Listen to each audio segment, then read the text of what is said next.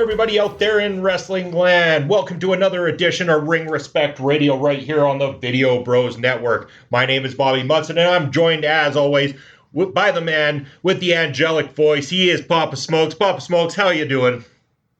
Hey, I'm doing great tonight, Munson, and how are all my wrestling people doing up there? We hope that once again, everybody out there is staying safe, staying healthy, and COVID-free as much as possible. Keep up your social distancing, and hopefully we'll get back to some sort of normal at this point. Maybe 2022. Who knows, Papa Smokes? It's looking pretty rough, but hopefully everyone's staying safe. But in the meantime, hey, Papa Smokes and I are happy to entertain you with more editions of Ring Respect Radio right here on the Video Bros Network. And why don't you go ahead and help us out a little bit. Go ahead, click that like button down below. There's a subscribe button down there as well, too. Subscribe to the channel and turn on the notifications bell so you can know anytime we release brand new episodes of Ring Respect Radio right here on the Video Bros Network. If you also like what we do, you should go over and check out our friends at Backbreaker Media, where you can also find recap episodes of Ring Respect Radio on their YouTube channel and also available on Podbean as well. Give them a like, a subscribe, and give a shout out to the boys over at Backbreaker Media for all they do. Today on the show, Papa Smokes got a couple of big topics to go over. The one topic we're going to go through will be the MLW Opera Cup Round 1 review from 2 different episodes of MLW Fusion. So we're going to review both episodes of those shows. But then we're going to start off with a tribute to a man. Seems like, Papa Smokes, this year we've been doing this quite often, going over the careers of certain wrestlers when they pass away. But the wrestling world lost Pat Patterson on December 2nd of this year. Very sad moment for the wrestling business in general. Great guy. And unfortunate that we have to go over his career once he's gone and no longer with us. Yeah, that's the way she goes, though, I guess. Hey, and it's a way to talk about some of the famous stars from the past. And a guy like Pat Patterson left an indelible imprint on the wrestling biz, and we'll get into his whole career. Yeah, so it turns out 79 years old, passed away from liver failure, a blood clot that took his life away from him, and, just a wonderful guy. Papa Smokes, did you see any of the tributes, like the video package WWE put together, or else the one that Gerald Briscoe did talking about his friendship with Pat Patterson? Yeah, I saw the video package that WWE put out. Very nice, very well done, very respectful for an employee that worked for that company for, the better part of 30 years probably, right? Yeah, I believe if I got that in my notes, he actually started working for them technically in 1979, and right up until 2020, he was on and off working in some sort of backstage role or in-ring role of some sorts that he's been doing for a long time for that company. He's just, he's been family to the WWF or WWE for pretty much a good majority of his life. Yeah. He was Vince's right-hand man, right up there helping him with all the main decisions in creative booking, agenting, and of course, as we'll get into, Pat Patterson, a huge star in the ring in his day as well. And he learned from some of the best bookers and promoters from the past. Certainly so. And a Canadian-born wrestler as well. So wonderful that somebody of this caliber came right from our home country here in Canada. Once again, wonderful guy. And let's get down to it, Papa Smokes. Let's get into the career of Pat Patterson, starting back to his early days as a wrestler. Yeah. Patterson is from Montreal, and he debuted as a wrestler there in 1988. We've talked on the show before about what a mecca of wrestling that Montreal has been over the years. Huge and consistently large attended live shows. We know some of the stars from the past. If you've been reading the Andre the Giant book, as we're going to review in some future episode, it gives a pretty good byline of the tremendous territory that Montreal was, and how many wrestlers really wanted to work as a debuting star back then was probably a pretty big deal. Yeah, certainly. And yes, you're right. I have been reading that, and I am actually through that part already. And I'm glad you brought that up. It's going to be wonderful when we get to the point of doing the review of that particular book. And there is a lot of rich history in Montreal and in Quebec in general that maybe doesn't get heard about a lot through the mentions of Canadian wrestling. There's always been a lot of focus, definitely, out towards the Calgary area and stuff like that. I mean, obviously infamous for the stars it's pumped out, but a lot of rich history there in Quebec that we'll have an opportunity to talk even deeper about when we get to that review of the Andre the Giant book. But Patterson spent his time wrestling in Canada in 1958, but then moved to the United States by 1962, if I'm not mistaken. Yeah, he went to Boston and was famous for Santos. Also a big deal. Lots of people wanted to work for Santos back then, so you knew that he was a promising talent when Pat came down there. He worked for Santos for a little bit, and in '62, and then moved to Pacific Northwest Wrestling for Don Bolton, which is out of Portland, Oregon. Bob, you and I have talked about this before. What another strong territory that was Pacific Northwest Wrestling. Always had extremely good angles, booking feuds, lots of stars passed through there on their way up to the top, including Roddy Piper and the Sheep Herders and the countless guys. This is where Patterson received his first gimmick to use, which was a gay gimmick. He was Pretty Boy Patterson, which was playing off of his private life, in which he was out as a gay guy. Even back then, would have been a more difficult thing at that time, but he turned it and used it creatively into his character that he had. So Pretty Boy Patterson was the first sort of character that Pat Patterson got into, and held singles and tag team gold in Pacific Northwest Wrestling. I think that's one of the places he really learned his chops in the wrestling biz. Well, and you said about winning tag team gold, he would then go on to become a two-time NWA World Tag Team Champion with partner Ray Stevens when he hit up Big Time Wrestling in San Francisco. That's right. One of the most famous and most lauded and decorated tag teams of all time.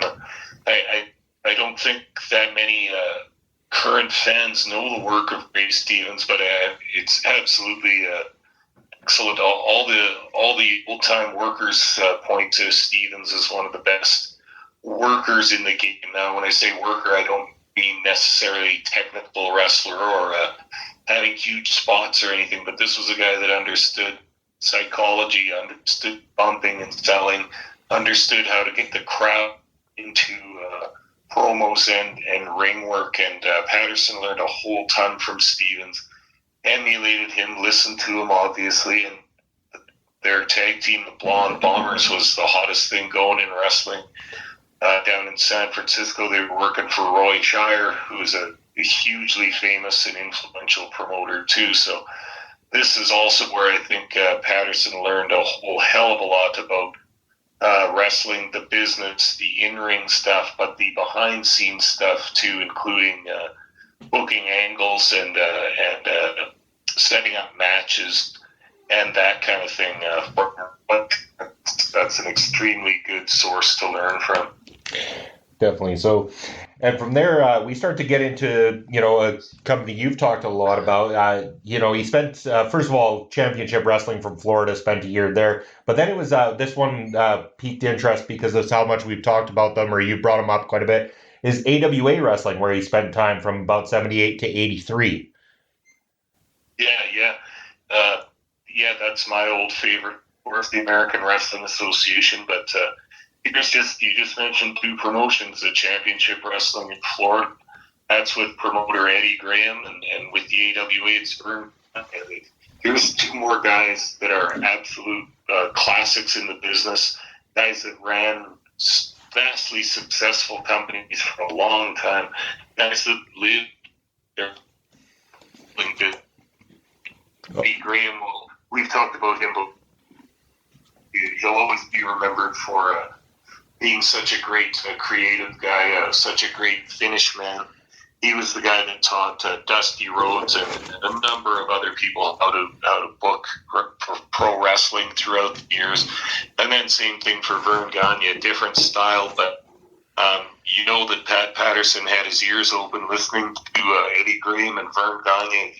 He just couldn't ask for two better teachers, and these would be more years where he really, really just soaked in the culture of the pro wrestling world and business, and learned how to take care of the office behind the scenes when the cameras aren't on, to work with the talent, work with other creative and the promoter, just to put out the best product you possibly can. It wasn't just North America that Pat Patterson would remain in. He actually did a year over in Japan in 1979, working with New Japan Pro Wrestling as well, too. Yeah, he worked with another genius of the business over there, too, Antonio Inoki, who was a championship wrestler, promoter, booker, creative force in the game as well. And he would have just been learning everything he could from Inoki there, too. And it was from his time in Japan, I think, that he went to WWF at that time in 1979 and did some good business there too. He was a heel at WWF at this time. He faced champion Bob Back a number of times. He had big matches in Madison Square Garden. He had tag team runs. He had all kinds of good matches and angles going on in WWF at this time, of course, culminating with the winning the brand new Intercontinental title in a tournament in Rio. Now, did you read about this, Munson? Oh, I've heard all about the Rio tournament of sorts, and how this one was all basically it was all in kayfabe, I guess, at the time. This was a tournament that never happened, but they sold it like this thing happened. Yeah. Now I wonder why they didn't make a series of matches or a tournament on TV or at house shows or something. But apparently they didn't. So it was for kind of giggling about that won it in a tournament in Rio de Janeiro. That is pretty funny. Yeah, and even prior to winning that Intercontinental title tournament, he actually also had won another championship that maybe some of our listeners aren't familiar with, and that was the WWF North American Championship, where he defeated Ted DiBiase for that title back in the day. So we've seen the resurrection of the North American Championship in NXT, so it is around now, but they never talk about the deep history of that championship being originally in the WWF and being held by guys like Ted DiBiase and Pat Patterson.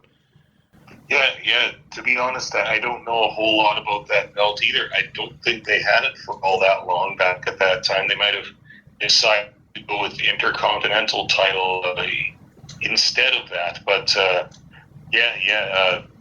Patterson, no stranger to holding gold everywhere he went. And then I was going to note also that 1981, he becomes a babyface and feuds with Sergeant Slaughter. And that feud culminated in a match of the year, Sergeant Slaughter versus Pat Paxton in the match. That was a very, very famous match in '81. Again, before internet and WWE networks and stuff like that. This match was highly desired by tape traders and hardcore wrestling fans around the world. Everybody wanted to get their hands on this match. Very excellent, very violent, bloody. Like I say, the culmination of a long feud, and this match was big. I think Meltzer gave it match of the year at that time, even though it wasn't in the Tokyo Dome. And this was one of the huge matches, probably Patterson's hugest match in his career that people still want to watch. And right at the end of his in-ring career, too. So all that time, and one of his greatest and well-known matches comes right towards the end of that career. So what a great way to send off a in-ring career like this, with a match of the year and a run with the Intercontinental Championship, first in the WWF. I mean, this guy really had a sending off that most wrestlers would dream about. Yeah, and Pat was in his 40s by that time, in his early 40s by the time of that can't match it. That feud with Sergeant Slaughter. So, again, working smart, not doing moves that are going to shorten his career, not taking the massive spots and massive bumps all the time, using his psychology, being a smart wrestler, and not destroying his body. You can have a long career if you do that, but not too many people do it nowadays. And from what I understand too, like watching through some of these video packages and listening to Gerald Briscoe, is that Pat Patterson, especially once he got out of the ring and transitioned to his backstage roles, he became like a family member to just about everybody. And we're not talking just the stars or, Vince McMahon. We're talking like sound technicians and, people working the truck and stuff like that. The people that maybe get forgotten about behind the scenes. And everybody would say how Pat Patterson was like a brother to every single one of them. He was always happy to see everybody.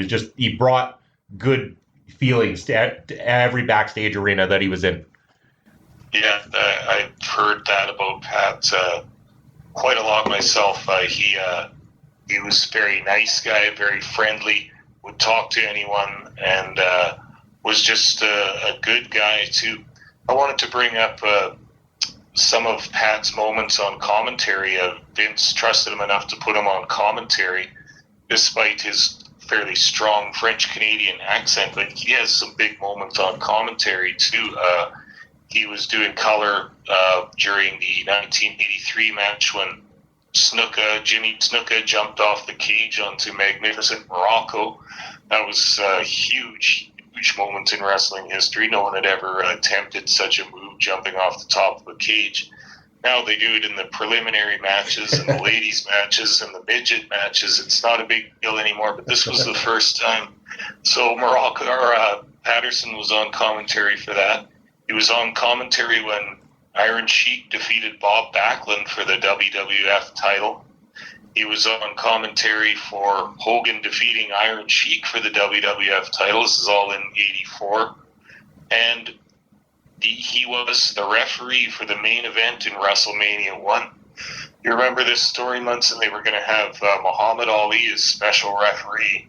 And as they were kind of getting things ready and rehearsing a bit, it was pretty obvious that Ali wasn't going to be able to do the in-ring refereeing. As we know, that's a difficult job at the best of times. So what they did was put Ali as the outside of ring official and needed someone experienced that could handle the job as the in-ring ref. And so Patterson did that as well. They needed everything perfect for that main event. If WrestleMania 1 hadn't have gone off, that Vince's company might have gone under. So he needed all that stuff to be perfect that night. And look what happened. It was, and the rest is history. That's true, yeah. And now still, no matter what, always looked upon as the biggest show of the wrestling year, even if it is a pile of heaping garbage just about every time nowadays. But, yeah. I mean, that's no fault to what Pat Patterson did to, pave the way and stuff like that. It just, wrestling's changed over the years, and that's the way it is, I guess. But, I wanted to talk about this for a moment. I'm not sure if you ever got to see this, but there was a roundtable discussion that was featured on the WWE Network quite a few years ago. I remember this panel involving both Bret Hart and Pat Patterson as well, too. And they were discussing Canadian wrestling at the time. And it was put onto the table and asked of the two of them who they thought the greatest worker in Canadian wrestling history was. Pat Patterson himself actually said, I'm looking at him right now, Bret Hart. And Bret Hart says, you're crazy. It's Archie the Stomper Goldie. And I think I've told you this story because that's when I kind of became aware of Archie the Stomper Goldie and had to go and start looking into him because why the hell does Hitman think this guy's the greatest? I mean, obviously I've always thought Hitman is the greatest Canadian wrestler. So I had to go and find out more about it. But I remember that moment and Pat Patterson and Bret Hart having this kind of like back and forth with each other, taking knocks at one of each other for not thinking that Archie Goldie was the best. Got to think, because Pat didn't agree at all. He didn't think Archie was quite the drawing power that Bret made him out to be. Yeah. Well, I mean, Archie never made it to a major Fed either, really. Or I say never made it. He never decided to compete for one. But Bret Hart and the Harts would know about the Stomper Goldie. He worked for them for a long time and many runs, and Yeah, in many ways, he's a very consummate wrestler. I think the guys liked him a whole bunch in the locker room, but this was a guy that was a fitness fanatic. I mean, his body looked like it was carved out of iron or something. The guy worked out all the time, weights and cardio. He had that look, like he looked like the Grinch or something. Like he looks like some kind of almost a monster more than a human being. He's just so scary and ugly looking, and the fans were terrified of him. And I think maybe that's part of what Brett was getting at there, that Goldie had that effect on audiences, that he was truly an intimidating and terrifying looking guy, and a good promo and a good solid ring worker too. So got to respect Brett's opinion too. He worked with him a million times, so a nice pick by Brett. Well, and I think Brett was getting at the fact too that Archie Goldie often drew quite a large house for his dad with Stampede Wrestling and stuff like that. So he was basing it on the amount of audience he was able to get within the territory he worked and stuff. And despite the fact that he didn't go take it any further than that, he still was a large draw within where he came from. So that's why Brett respects him as the greatest of all time. But I also got to agree with Pat Patterson. You got to send the respect the other way. That obviously the Hitman, with the draw, the times, and everything that he's done in wrestling. I mean, really, in many ways, is probably the best Canadian wrestler, or one of the best Canadian wrestlers of all time, for sure. Yeah. Brett's on everybody's short list. There are other contenders, both from the older ages and from the newer times. I hear people saying Edge is the best Canadian of all time. I kind of have to shake my head at that a little bit when there's Gene Kiniski and a few other guys that have stomped their way across Canada. But it's all up in the air. That certainly Brett is on everybody's short list as greatest Canadian ever. Memorable WWE title runs and all of it. He worked his way to the top and got everybody's respect in the meantime. Well, exactly. And I mean, you bring up people mentioning Edge, and I'm noticing a lot too. A lot of the people that, are starting, not starting into wrestling now, but, when they were younger, it was the Attitude Era, or even past that into the Ruthless Aggression Era. And so they grew up on what they grew up on. And so they're probably listening to this podcast now, and we're talking about Pat Patterson, the wrestler and the announcer and stuff like that. I mean, they probably know Pat Patterson, the stooge that was out there, doing these, what were they, ladies' nightgown matches with Gerald Briscoe and stuff like that and everything. And I mean, still giving, A+ efforts for everything that Vince McMahon wanted him out there doing for the company all these years. Yeah. A lot of fans nowadays know him as that, or they know him because you can pick him in the video game kind of thing too. But I will always like Patterson the best as a wrestler. In his old days, he never really looked that great or anything like that. Just like his partner Ray Stevens, they weren't beautiful people to look at or impressive or anything, but they knew the game so well with psychology and ring work, and he'll just Pat will never be forgotten as a wrestler or a backstage agent, booker type role, and just so crucial in the development of current WWE and the way it presents its product. Definitely. So anything else that you want to add there about the career of Pat Patterson before we move on here today, Papa Smokes? No, it seems like we've covered most of it. I'm sorry to see some of these guys go. I'm sorry to see them all go, but this Pat Patterson was kind of like in my mind, at least, an anchor to the past that remained in WWE. Like he was the creative guy that wanted to that made matches and angles most like they did in the territory days in the traditional manner. Patterson liked comedy quite a bit, and he had some silly, funny stuff on there too, but he still used the psychology and the lessons of some of the great promoters and bookers that taught him over the years, such as Roy Shire and Eddie Graham and Vern Gagne. And he took all that learning, and just that's what was so valuable to Vince. That's why Vince what he does with all his top guys, he overpays them so that they never have a reason to leave, kind of thing. And that was it with Pat. I think Vince and Pat were friends as well, and in a very profitable partnership. Well, you know what? All the respect to Pat Patterson and the career that he's left behind. Definitely, a memorable person in the wrestling industry, and I'm very glad that we got to speak about him here today. But speaking of memorable wrestling history, Papa Smokes, we've been talking about it. The Opera Cup, MLW Fusion was going to be hosting the 2020 Opera Cup after the success of the 2019 Opera Cup. A rich history with this particular tournament. This dates back quite a few years and went on for a long time, working in the old opera houses, as you've mentioned on previous episodes of the show here, Papa Smokes. So it's back once again. Last year's winner, Davey Boy Smith Jr., are going to be featured in the tournament. But we're going to kick things off with the first episode that hosted any of these Opera Cup matches. We're talking MLW Fusion episode number 111.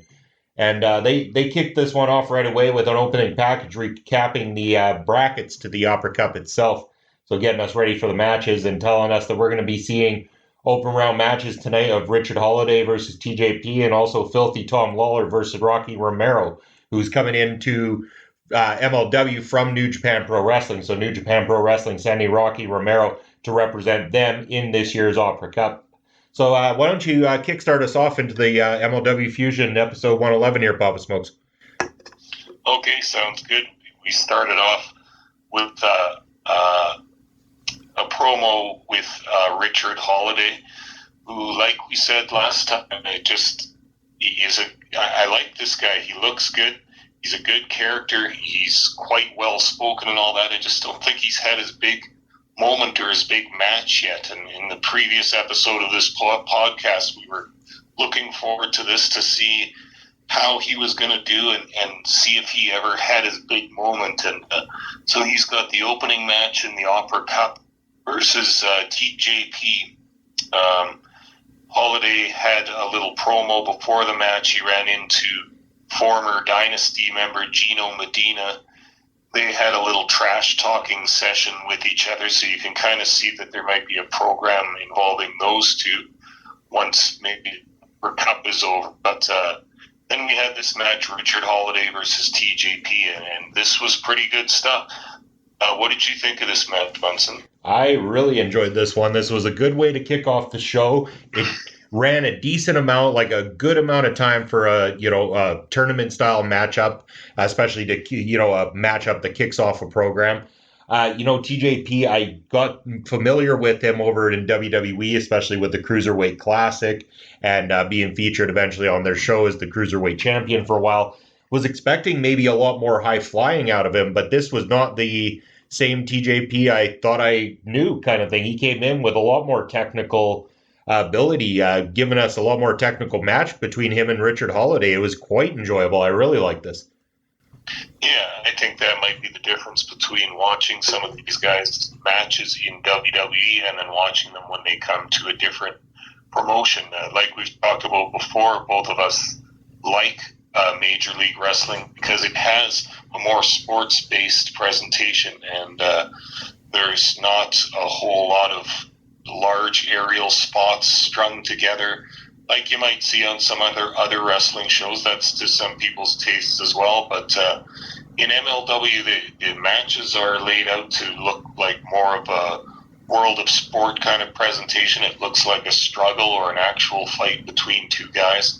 So that's what this was too. TJP wasn't going to be flipping around off the ropes too much. He was using some technical expertise. The same with Holiday. I got a good look at his wrestling skill in this.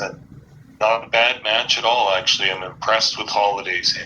Yeah, Richard Holiday got the clean pin in this match with his kind of muscle buster type finish called the Market Crash, and very impressive. Richard Holiday moves on to round two. I gotta say, not only after this match, but after watching the promo and the even these big nets that they've been playing with Richard Holiday, I'm really coming around. I'm really starting to be sold on Richard Holiday as somebody that they could elevate to a higher up position on the card. I think this guy, he has that ability. I think he's got that. he's got that smarky attitude of MJF, but it's not quite the same. But you can tell that that work has been together with the two of them. But he's a larger guy, and he's got a little bit more technical prowess in that ring. I think that there might be even more potential in this guy than what they've seen yet. Yeah, I gotta totally agree with that too. Yeah, like I say, Holiday has a good look. He's 6'3", 240 pounds. He obviously works out a whole hell of a lot.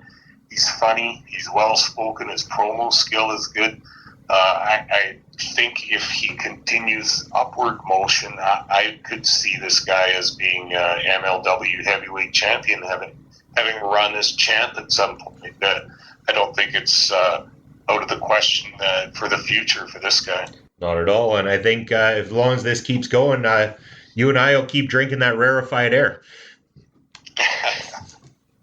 So anyway, this episode of MLW being held on Thanksgiving, so we actually got a little bit of a Thanksgiving wish, which doesn't hold the same effect here in Canada, but for the U.S. Folks, it was a happy Thanksgiving wish sent in from the Von Erich family. Yeah, nice to see them out in Hawaii. They look like they live a nice life out there. And we also had a package from Myron Reed challenging Leo Rush, where we discovered that Leo Rush was apparently coming back to MLW after his little tenure at NXT there. And Rush had a video to respond to this too. So it looks like we're going to get this feud that they've teased a little bit, Myron Reed versus Leo Rush. Interested to watch that one too. And it doesn't seem like they're necessarily giving it away, because they did show on the screen that Leo Rush arrives for December 23rd at King of Coliseum. Now, it says debuts or he comes in at that time. It didn't say we're getting the match with Myron Reed that night necessarily. Yeah, we don't know yet, but the groundwork is being laid at the very least. Exactly, but it will be interesting to watch the King of Coliseum there, December 23rd. I'm definitely looking forward to it. Another one that we'll be able to take a deep look at after that one takes place too, Papa Smokes. For sure. Moving on here too, we had Rich Bacchini and St. Laurent doing some commentary work in the background, interrupted then by Selena De La Renta, who is just furthering her sort of plot line. She's feuding against Conan in the background of MLW offices, kind of about control of the company, and Conan had gotten her manager's license revoked, and she's on the warpath too. And I wouldn't take that lightly either. She's going to get her revenge at some point. I'll be interested to see that as well. Oh, and they keep playing around with this. And I mean, gotta say, Selena De La Renta does a wonderful job. I mean, you sit there and listen to her talk, and this is not something I feel like skipping. I feel like it ties into the show well enough. She does what she's supposed to do. She's believable in what she's supposed to do, and she really makes you interested in this particular storyline she has going for her. Yeah, isn't she great? And also very young too, and working in a production and are behind the scenes too, producing whole episodes of Fusion at her young age. So she's got a bright future ahead of her. Oh, does she ever? And yeah, I mean, keep watching out for her. Anybody who hasn't seen her work yet, I mean, she's got star quality written all over her. That's for sure.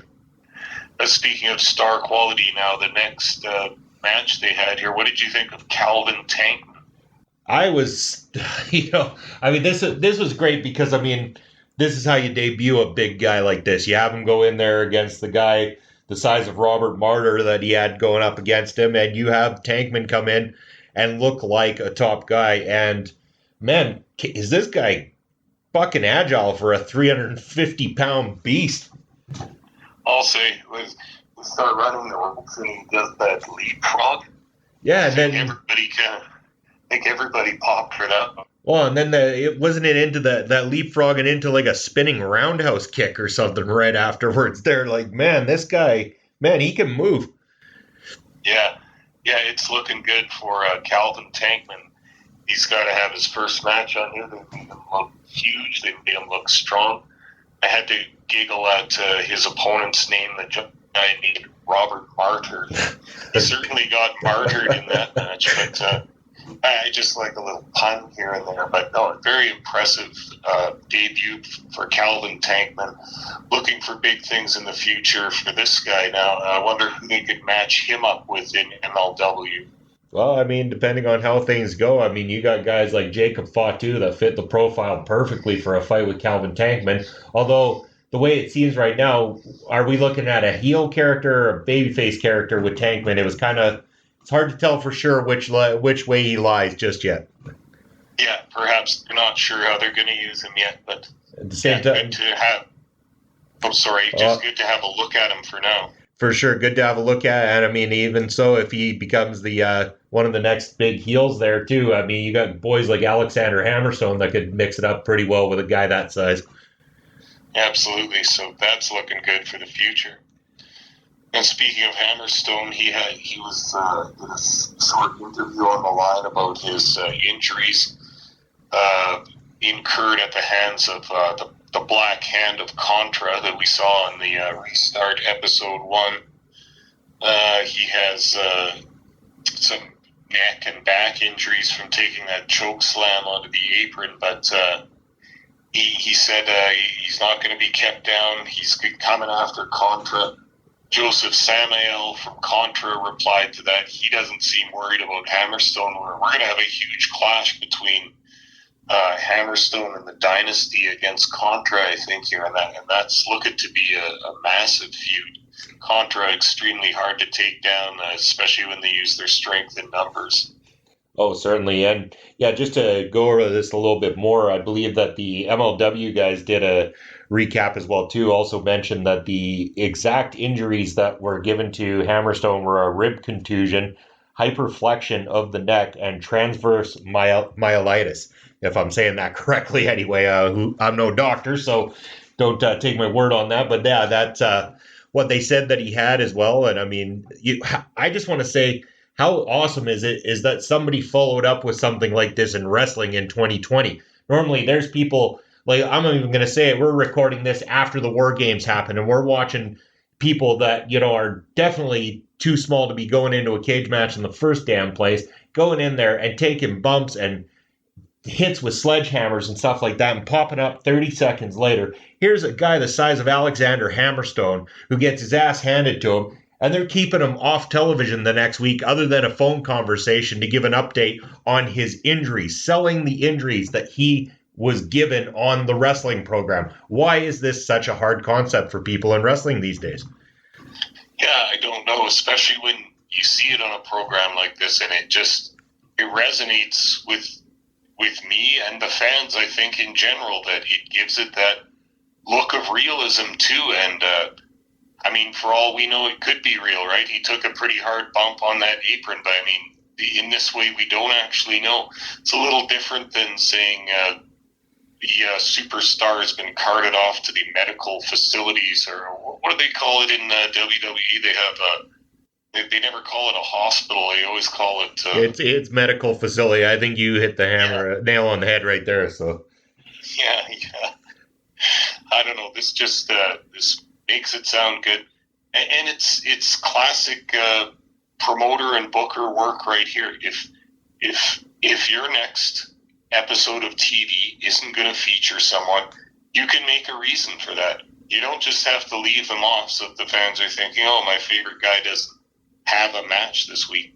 No, it's already written into the plot of the angles that are going on, and this just gives it a dose of realism that makes the show so watchable and so excellent. Definitely so, man. I really was glad they did this piece, and it keeps Hammerstone in the minds of the fans and everything that's going on with him. So I mean, excellent work on MLW's part here. Yeah, I like it a lot. So how about now we're going to get to this main event of this episode, right? I don't think there was anything else before this. Filthy Tom Lawler versus Rocky Romero. As you mentioned, Romero on loan from New Japan Pro Wrestling. And that's, again, they have another star, the Laredo Kid, that's on loan from AAA Lucha in Mexico City. Now they got a guy from New Japan. This really charms me a lot, this international element that MLW has. that they borrow and trade from other promotions. They use guys from different countries around the world and stuff. It just gives it a flavor that for me is really important in the presentation of the program. I love this. Well, and how much more it also elevates their own stars and stuff like that. You got a guy at the level of Filthy Tom Lawler. Maybe many of our listeners aren't familiar with him, but I mean, this guy, a former MLW heavyweight champion, former MMA fighter as well, too. I mean, this guy is star quality, and he carries himself that way. And to have him go in there against a guy like Rocky Romero from New Japan Pro Wrestling, which is maybe somebody our fans are, people listening to the show are a little bit more familiar with. I mean, this really helps elevate Filthy Tom Lawler in so many ways, or anybody that could work with an international star of this level. Yeah, and Romero's fairly well known. He's been a wrestler for 20 years or more, operating at a pretty decent level over there in Japan, and I think he's done some stuff in Mexico too in the past, and that's exactly what you use a guy like this for. When he's on loan, he'd come in from a different promotion and wrestle a match against one of the stars that MLW is trying to put over, and perhaps he will put over that wrestler, perhaps he won't, but this is the perfect way to use Rocky Romero in the promotion of Filthy Tom Lawler. And I'm starting to like Lawler more and more. I've watched him. I've only seen him on MLW. I've watched him for the past couple of years, but like you say, a star MMA fighter, fought in the UFC. So you expect him to maybe have that kind of hybrid style, which he does. But Lawler has, even since I've been watching him, has become a better and better pro wrestler. Like at that style, he's really, really good, including his ring work and his. He lets his wacky personality kind of come through on the microphone, and this guy's a natural. I think he's really, really good. I think among all the great shoot fighters we've had that have made the transition to pro wrestling, I'd say Lawler has to be one of the more successful ones, and really becoming a big favorite of mine on MLW. Yeah, me too. I really enjoyed this match. What a great matchup between himself and Rocky Romero, and Filthy Tom Lawler picking up the win, going further in this tournament. Piques my interest even more. And this guy has it, and he's going places with it too. You're totally right about that. And I have to ask you, Munson, what did you think of Lawler's trunks in this match? Those cut-off Daisy Duke jean shorts.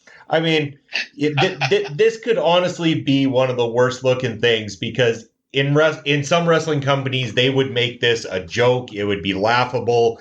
It would become stupid. But there's something about Tom Lawler's personality mixed with the presentation of MLW and still taking the in-ring work as serious as he does, and being the fact that this guy is a legitimate fighting badass at the same time. I mean, you blend all that together, and this is where you can make something silly like that acceptably okay. Yeah, and like you said, they never brought it up really.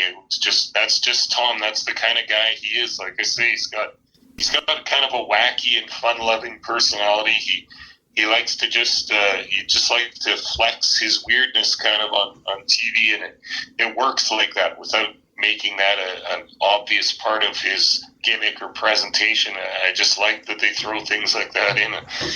Cheers to him for wearing Daisy Dukes in an important match on TV. That's quite hilarious.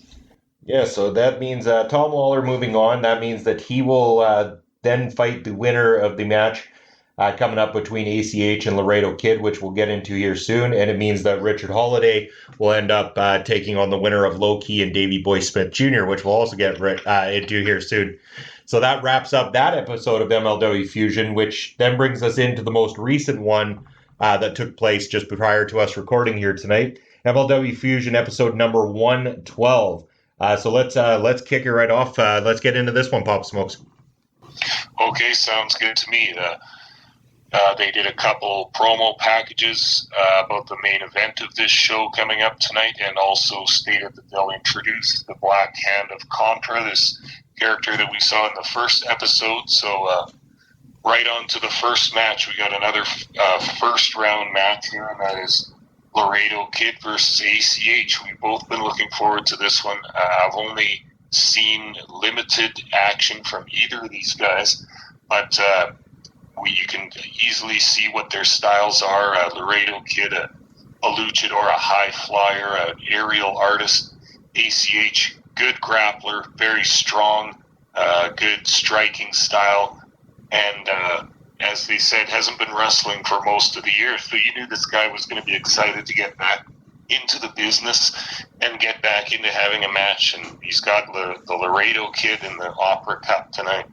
Yeah, and I know when we were talking about this match, when we found out about the brackets and everything, I didn't know anything about the Laredo Kid. I know you mentioned about his work there, and so I was definitely looking forward to seeing this. I'm very familiar with ACH, saw a lot of his work over at Ring of Honor, so I was excited to see him back because I know there's a lot of potential there. And then Laredo Kid, now after you hyped it up, I was like, okay, I got to watch this one. I'm pretty excited, and damn it, Papa Smokes, what a great matchup this turned out to be. Yeah, it sure did. I was impressed by all elements of this match. Again, they got a good 12, 13 minutes to do their thing in this match, which I think is plenty of time on a TV match. So we saw ACH get some quite close falls midway through this match until the end of this when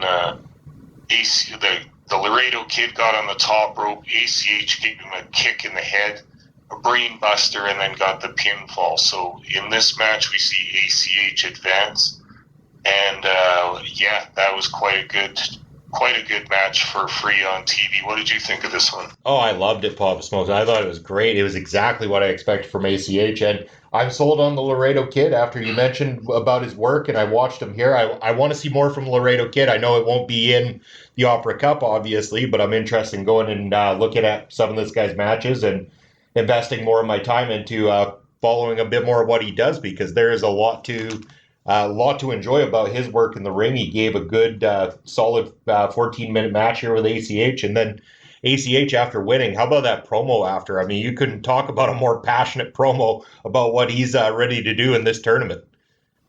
Yeah, and this just looks like a guy that's hasn't been active. I know he took some time off the previous year, and then we all had some time off for COVID, or still do.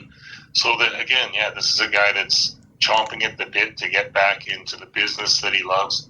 He just had his first match, and you could just feel the emotion coming from this guy. Really great promo. Oh, for sure. Loved it. Loved everything about it. Great. So now that means we're going to see Tom Lawler versus ACH in the next round. We'll talk a little bit more about that in a little bit. So let's move on from there. Yeah. We had a promo, Lawler announcing his new members of Team Filthy. He's got a little faction that they're growing there, and he's got a new tag team, Violence is Forever. And these are his whole Team Filthy are basically shoot-style fighters. He's got Dominic Guarini, the jiu-jitsu expert, and himself, and a few other guys in there. And now we got another faction that's starting to gain some steam. Maybe some competition for Contra, or maybe they'll go after the Von Erichs. We don't know yet, but watching Team Filthy closely. And then we go to the next match, and they introduced the Black Hand of Contra as being Mads Kruger, and he took on Ariel Dominguez, who's obviously a preliminary talent. What did you think of Mads Kruger? Man, this guy's a monster of a human being, or I mean, if you can even call him a human being. This guy is big. He looks dangerous. I'll say, I mean, obviously, I don't know anything more about him. I didn't go look and see if this guy's had a long career prior to heading over to MLW, what he did before this or anything like that. I think I wanted to keep that mystique about it. It was a solid squash match to get our eyes on this new talent and everything like that, much like they did with Calvin Tankman last week. It was an opportunity to get a new face in there and say, hey, these are some of the guys you're going to be seeing moving forward here with MLW. Yeah, and I think that's a good idea. A lot of people don't like squash matches so much, but I really think this is a way to put over your new talent, especially your guys that are big monsters, such as Calvin Tankman and Mads Kruger.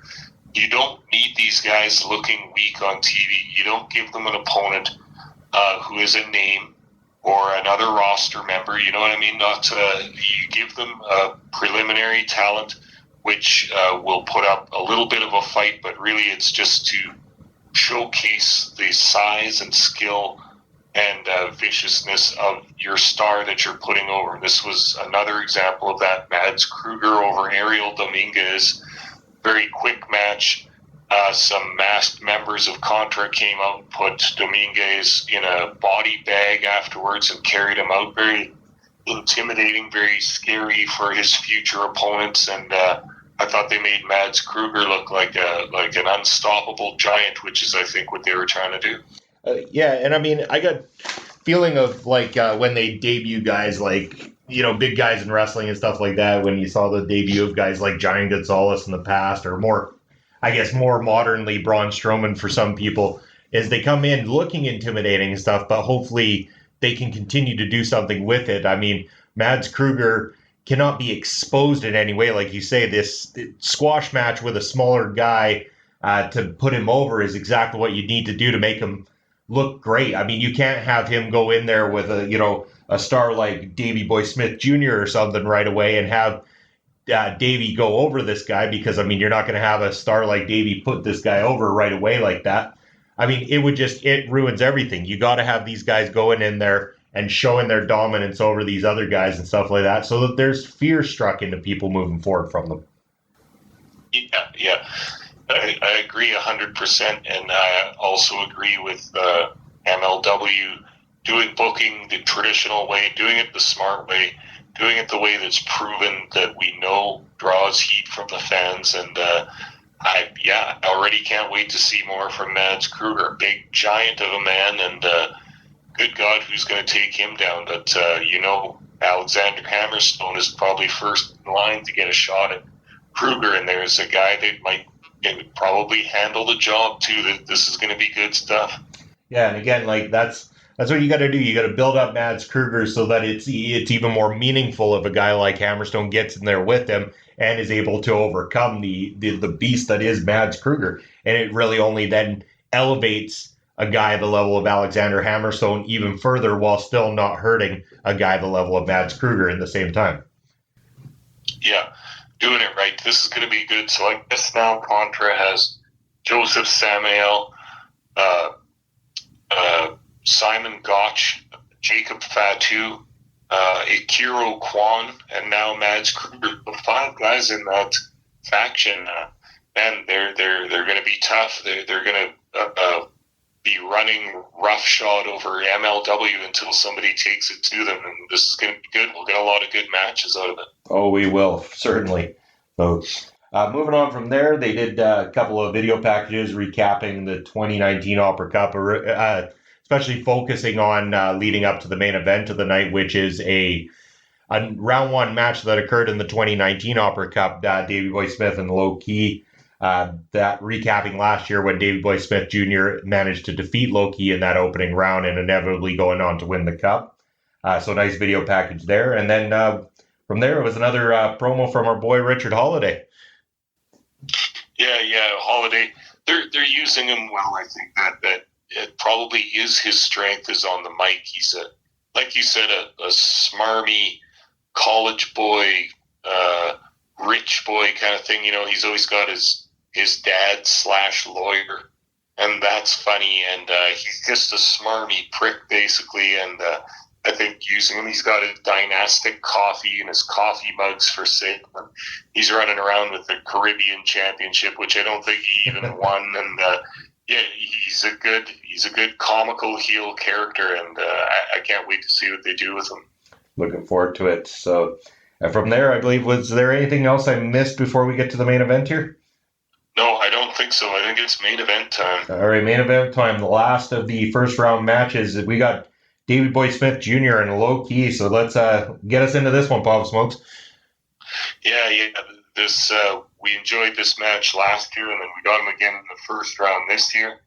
This is great news. The guys started out sportsmanlike and all that with handshakes and gestures of respect. They started out with some martial arts style grappling.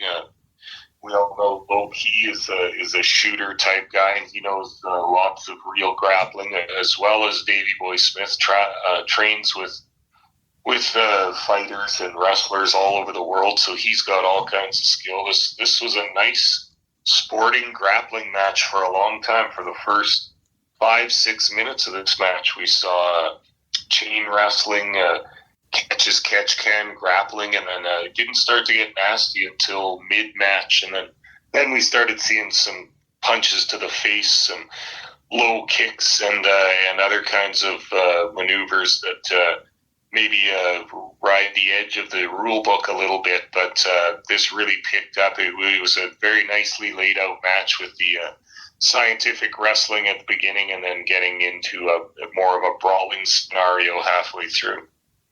Yeah, man, this match just rocked, and like you said, it's that all that build and stuff like that that really makes a wrestling match that great. I mean, because you felt that passion. I mean, these two guys, they know each other well. They built it with that grappling, that back and forth, and everything that really kind of led you into it. And then once that passion really starts to come through, and they realize that's not enough, that's when it starts to get dirty, and you got to throw in the big guns there and try to really knock the guy out in order to take a win. And this time around, it was Loki that ended up picking up that roll up win, very similar to last year's ending, only this time with Loki picking up the finish.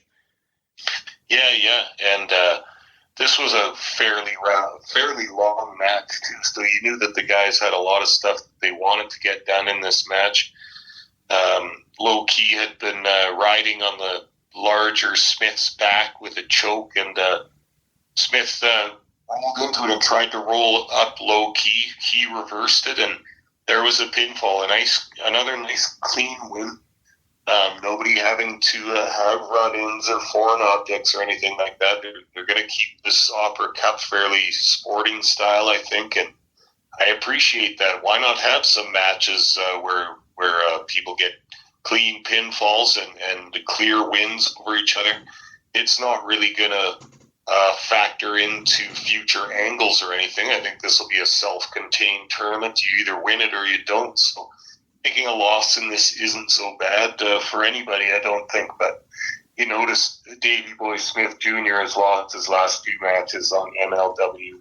Also a sign that his contract is up right away. And from the scuttlebutt I hear on the internet, he is not going to re-sign with MLW. So I suppose he's doing his job on the way out. But never any shame losing to a career shooter like Loki. Not at all. But I mean, I do fear when you start to talk about his contract coming to an end. I mean, what's next for him? There's not a lot out there in terms of things that he can do beyond MLW without going to one of the 2 big guys. And right now, I don't think there's anything really that they can offer Davey Boy Smith Jr. and his talent. Yeah, I hear that WWE are interested in Smith Jr. and might sign him to NXT. I agree with you. I don't know what's there for him, but I think any wrestler in his position would want to see for themselves, just because of, you got to make the big league at least once and see what you can do, see if you can impress them. Has he been there before, though? Smith has been in WWE before, though, also, hasn't he? You bet he was. Actually, he had a run as a former tag team champion with TJ Wilson there, with Natalia as their manager, as the kind of recreated Heart Foundation for a little while. Right. Okay, that's pretty good. Yeah. Sounds like he's going to try it again, but I guess we'll see what happens in the future. Yeah, well, honestly, if this is the truth that you're saying, especially if it goes to NXT, I mean, push this guy to the main event level when he gets there. Like, don't have him floundering in these cinematic bullshit things or anything over there. Like, this guy is a star with the ability to give you a quality match. This guy needs to be mixing up with your Adam Coles and any of the guys at the top of the NXT ladder over there, to the Finn Balor's and guys like that are at the top of the chain there. Yeah, and it's getting to the point where on shows like NXT and AEW, where it almost seems like Smith would be too big for those rosters. You know what I mean? Like, there's no one else that's the size of a guy like that, 6'6", 250 pounds. Like, it'll be different. The wrestlers aren't made like they used to. They're not these naturally large, huge men and everything. But obviously, Smith with the good genetics is, and we'll have to see what they do with them. NXT has a lot of under 200-pound guys, and you just kind of have to hope that they have a program with you that you can fit into and actually have some competitive matches with some guys. Have them have a one-off with Walter over in NXT UK, and I'm down. Put my money down on that one. Oh, yeah, that's a good suggestion. There we go. But unless you got anything more to add, Papa Smokes, I think that's going to bring Ring Respect to a wrap this week. Okay, good discussion. I'm just so excited that these programs are on, that we can watch some new material, some new stuff that we've been craving seeing. And isn't it a pleasure to see Opera Cup 2020 up and running? Definitely so, and we're going to be looking forward to continuing our reviews as more episodes become available. So hopefully everybody's enjoying what you hear right here on Ring Respect Radio, and go check out MLW. Give them a like and subscribe over on YouTube as well, and follow them on social media. You can also follow myself and Papa Smokes on social media. Find us on Twitter, and also you can find the Video Bros on Instagram as well too. So check us out, like and subscribe to everything we do, and we appreciate everything you guys do, tuning into us each and every time. Thank you once again for tuning into this episode of the show, and we look forward to hearing from you next time around. Have a good night.